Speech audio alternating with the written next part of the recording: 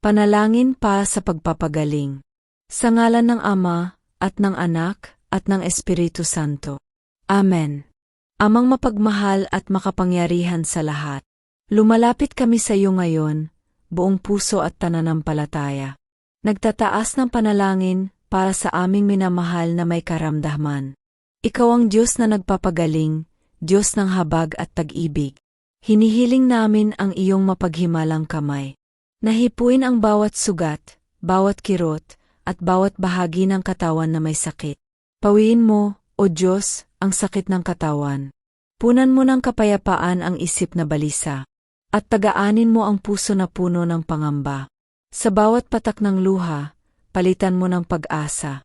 Sa bawat sandali ng panghihina, ipaalala mong hindi sila nag-isa.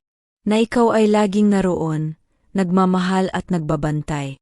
Gamitin mo rin, Panginoon, ang mga doktor, nurse, at gamot. Bilang kasangkapan ng iyong kagalingan. Patatagin mo ang kanilang mga kamay, at panatilihing bukas ang kanilang isipan. At sa gitna ng lahat ng ito, turuan mo kaming magtiwala. Na anuman ang kalooban mo, ito ay pa sa aming ikabubuti. Bigyan mo kami ng lakas upang magpatuloy. At pananampalataya upang manalig sa iyong plano. Sa pangalan ni Jesus, aming dakilang manggagamot. Ito ang aming taimtim na panalangin. Amen. Sa ngalan ng Ama, at ng Anak, at ng Espiritu Santo. Amen.